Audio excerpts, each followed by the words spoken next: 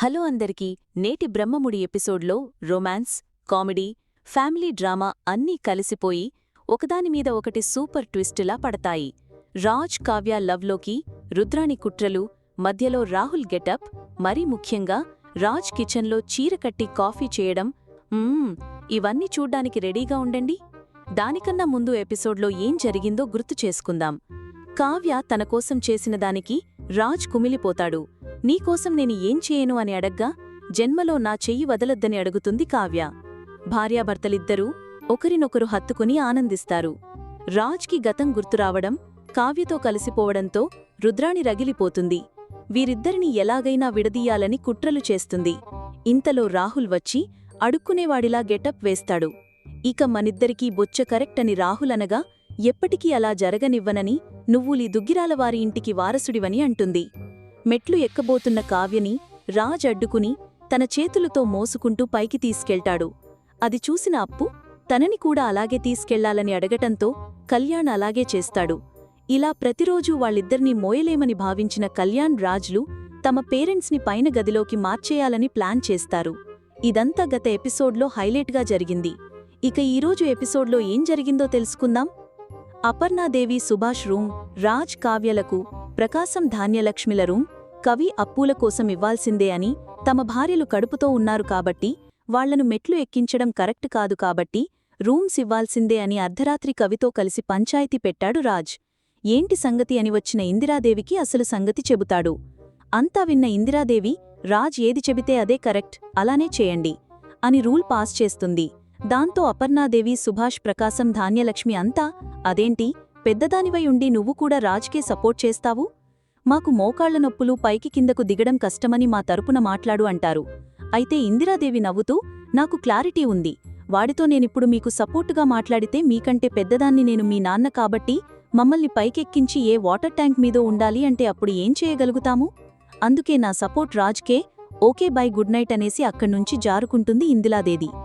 దాంతో కావ్య, అప్పు నవ్వుకుంటారు. రాజ్, కవి బాయ్ చెబుతారు. మిగిలిన వాళ్లు ఇందిరాదేవిని ఆగమని పిలుస్తారు కాని ఆమె ఆగదు. ఇక రాజ్, మీరు రూమ్స్ మార్చుకోవాల్సిందే, ఇదే నా మాట అంటాడు. అన్నయ్య మాటే శాసనమంటాడు కవి బలంగా. పెళ్లాల కోసం సొంత కన్న తల్లిదండ్రులను కష్టపెడతారా? చెబుతానురా, మీ పని చెబుతాను అంటుంది అపర్ణాదేవి. అమ్మా, నన్ను 9 నెలలు కష్టపడ్డావు, నా బిడ్డ కోసం ఇంకో 9 నెలలు నా గదిలో ఉండి కష్టపడలేవా అమ్మా అంటాడు రాజ్ రిక్వెస్ట్గా. ఆపరాని సెంటిమెంట్లు అంటూనే ఇంకేం చూస్తున్నారు, పదండి అంటుంది భర్తతో. దాంతో ఇటు అపర్ణాదేవి దంపతులు, అటు ధాన్యం దంపతులు గదులు మారుతారు. రాజ్ కాసేపటికి కావ్య కూర్చున్న కింద గదికి లగేజ్ మొత్తం తీసుకొచ్చి, చూసావా కళావతి, ఎలా సెట్ చేశానో, పర్మనెంట్ సొల్యూషన్ అడిగావు కదా, అదిరిపోయింది కదా అంటూ కూర్చుని బిల్డప్ కొడతాడు. నా వల్ల అత్తయ్య వాళ్లకి ఈ వయసులో కష్టం పాపం అంటుంది కావ్య. చూడు కళావతి, అవ్వ కావాలి బువ్వా కావాలంటే అవ్వదు, కొన్నిసార్లు తప్పదు, వాళ్ల గురించి ఆలోచించకుండా ముందు ఈ రూమ్ ఎలా ఉందో చెప్పు అంటాడు రాజ్. మీలానే ఉంది అంటుంది కావ్య తిప్పుకుంటూ. అంటే బాగుందని మాట. సర్లే అంటుంటే కావ్య పైకి లేస్తుంది. హే, ఎక్కడికి అంటాడు వెంటనే. రాజ్, ఇప్పుడే కదా కాలు కింద పెట్టకూడదని చెబుతున్నా, అప్పుడే ఎక్కడికి అంటాడు రాజ్. వాటర్ కోసమండి అంటుంది కావ్య.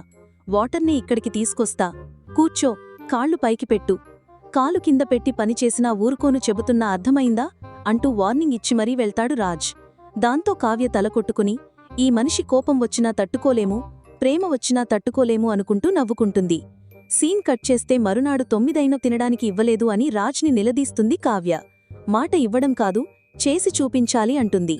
దాంతో ఇప్పుడే నీకోసం టీ పెట్టుకుని తెస్తాను, నువ్వు మాత్రం కదలకు, పనులు చేయకు అని సర్ది చెప్పి కిచెన్లోకి పరుగు తీస్తాడు రాజ్. ఇక రాజ్ కిచెన్లోకి తనని ఎవరూ గుర్తుపట్టకుండా ఒక చీరను చుట్టుకుంటాడు. వెనుక నుంచి ముసుగు వేసుకుని ఉండటంతో అమ్మాయిలానే కనిపిస్తుంటాడు రాజ్. ఇక అయితే అపర్ణాదేవి, ధాన్యం హాల్లో మాట్లాడుకుంటూ ఉంటే ప్రకాశం వచ్చి, ధాన్యం కాస్త కాఫీ అయినా ఇవ్వవే అంటే అపర్ణాదేవి, ధాన్యం ఇద్దరూ కలిసి ప్రకాశాన్ని రెచ్చగొడతారు. కనీసం భార్యకు కాఫీ కూడా ఇవ్వలేవా ప్రకాశం అంటే నేనే కాఫీ తెస్తాను అని వంటగదిలోకి వెళతాడు. అయితే కిచెన్లోకి వచ్చేసరికి అమ్మాయిలా ఉన్న రాజ్ని వెనకనుంచి చూసి, ఇదేంటి, నా గర్ల్ఫ్రెండ్ శైలజాలా ఉంది అనుకుంటాడు ప్రకాశం.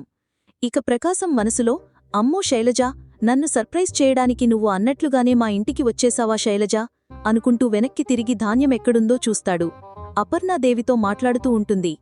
ఈ ఆడవాళ్ల మాటలు తెమిలేవి కాదులే, శైలజ నాకోసం వచ్చింది కాబట్టి నేను వెనక నుంచి పట్టుకుని తనకు సర్ప్రైజ్ ఇస్తాను అని లటుక్కున్న రాజ్ని వెనక నుంచి పట్టుకుని, దొంగ శైలజ అన్నట్లుగానే ఇంట్లోకి వచ్చేశావా శైలజ అంటాడు మురిసిపోతూ.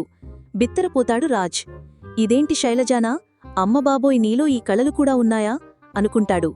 గొంతు మార్చి వదలంది అంటుంది. గొంతేంటి అలా మారిపోయింది అంటాడు ప్రకాశం. జలుబు చేసింది అంటాడు రాజ్. నాకు ముద్దు పెడితే వదల్తాను అంటాడు ప్రకాశం రొమాంటిక్గా. అది ఇప్పుడల్లా కుదరదు అంటాడు రాజ్ కీచుగొంతుతో. పెడితేనే వదల్తాను, నాకోసం వచ్చినదానివి ముద్దు పెట్టలేవా ఏంటి అంటాడు. బాబోయ్ ప్రకాశం ఇంత రసికరాజానా అనుకుంటాడు రాజ్ మనసులో. ఇక ధాన్యం వస్తుంది, అప్పుడే ప్రకాశం ఇంకా రావడం లేదు అని వెనకనుంచి చూసి బిత్తరపోతుంది. శైలజ పెట్టుముద్దు అంటుంటాడు ప్రకాశం. ఏమండి అని పెద్దగా అరుస్తుంది. ధాన్యం అరుపుకి రాజ్ కూడా వెనక్కి తిరుగుతాడు. ప్రకాశం రాజ్ని వదిలేస్తాడు. రే నువ్వా అంటాడు ప్రకాశం. ఏంటి రాజుది అంటుంది ధాన్యం కోపంగా దగ్గరకు వచ్చి. శైలజ ఎవరు అంటుంది ధాన్యం ప్రకాశాన్ని. ముందు వీడు చీర ఎందుకు కట్టుకున్నాడో అడుగు అంటాడు ప్రకాశం. వెంటనే రాజ్, పిన్ని నా చీర సంగతి తరువాత, ముందు ఆ శైలజ సంగతి తెలుసుకో, లేదంటే నీ కాపులం కూలిపోయేలా ఉంది, చూడు పిన్ని అని ఇరికేసి జాగ్రత్తగా రాజ్ పెట్టిన కాఫీ తీసుకుని అక్కడ్నుంచి జారుకుంటాడు. ధాన్యం ప్రకాశంతో గొడవకు దిగుతుంది. శైలజ ఎవరు అంటూ నిలదీసగా నేను అమాయకుణ్ణి అని అంటాడు ప్రకాశం. మీరెంతో అమాయకులని ఇందాక వాటేసుకున్నాక చూశానని చెబుతుంది. ఎన్నాళ్ల నుంచి జరుగుతుంది ఈ బాగోతమంటూ రగిలిపోతుంది ధాన్యలక్ష్మి. తర్వాత కాఫీ తీసుకెళ్లి కావ్యకిస్తాడు రాజ్. కాఫీ ఇంత కంగారుగా భయంగా తీసుకొచ్చారని కావ్య నిలదీస్తే, నీకు కాఫీ ఇచ్చిన విషయం ఎవరికీ తెలియకూడదు అని అలా చేశాను అంటాడు. అంటే భార్యకి సేవలు చేయడం మీకు చిన్నతనంగా ఉంటుందా అంటూ కావ్య కూడా క్లాస్ తీసుకుంటుంది. ఇక ఇవాల్టి ఎపిసోడ్ ఇక్కడితో ముగిసింది. రాజ్ కావ్య లవ్ స్టోరీలో ఇంకా ఎన్ని ట్విస్టులు వస్తాయో, రుద్రాణి ప్లాన్లు ఎంతవరకు సక్సెస్ అవుతాయో, కావ్య ఎలా రెస్పాండ్ అవుతుందో తెలుసుకోవాలంటే తరువాతి ఎపిసోడ్ మిస్ కావద్దు. అప్పటి వరకు థ్యాంక్యూ. జై తెలుగు సీరియల్స్.